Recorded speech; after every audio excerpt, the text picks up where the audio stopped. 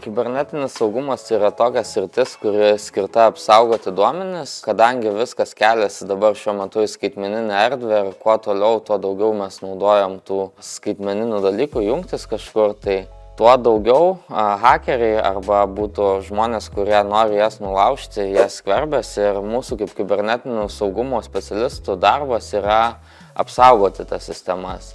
Tai iš esmės mes esam kaip kibernetinės erdvės policininkai. Saugom viskas, kas yra skaitmenizuota, duomenis, sistemas, kad nenutrūkstamai galėtų vykti darbas. Erdvė kibernetinė, jinai labai stipriai auga ir jai augant auga grėsmės. Kibernetinio saugumo specialistas realiai dabar yra viena svarbiausių sričių IT srityje. Iki 2025 gali reikėti statistiškai gal 3 milijonų specialistų. Vienas svarbiausių įgūdžių tai ko gero nebūtų techninis kažkoks, bet noras mokytis ir smalsumas, nes kibernetinio saugumo specialistui reikia žinoti ne tik programavimą, ne tik infrastruktūrą, bet ir įvairius dalykus, kurie sukasi aplink tai. Tai kaip ir realiame gyvenime kažką saugant negalime praleisti kažkokių tai detalių. Daugelis žmonių daro klaidą, manydami, kad kibernetinio saugumo specialistas yra programuotojas. Programavimo kibernetinio saugumo srityje reikia apie 20% tam, kad galėtume pagreitinti savo darbo procesus ir juos automatizuoti.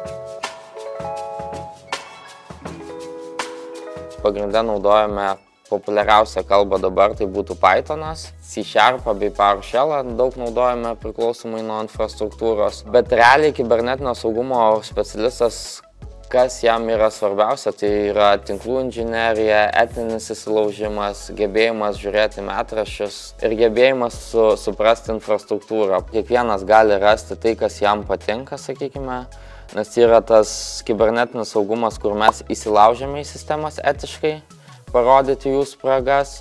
Yra kibernetinio saugumo dalis, kur mes giname sistemas, jas stipriname tas sistemas, kad niekas jas neįsilaužtų. Taipogi galite būti specialistas, kuris susijęs su kibernetinio saugumo aplikacijų programavimu. Tų posričių, kas slepiasi po pačiu kibernetiniu saugumu, yra labai daug ir tai yra labai platu.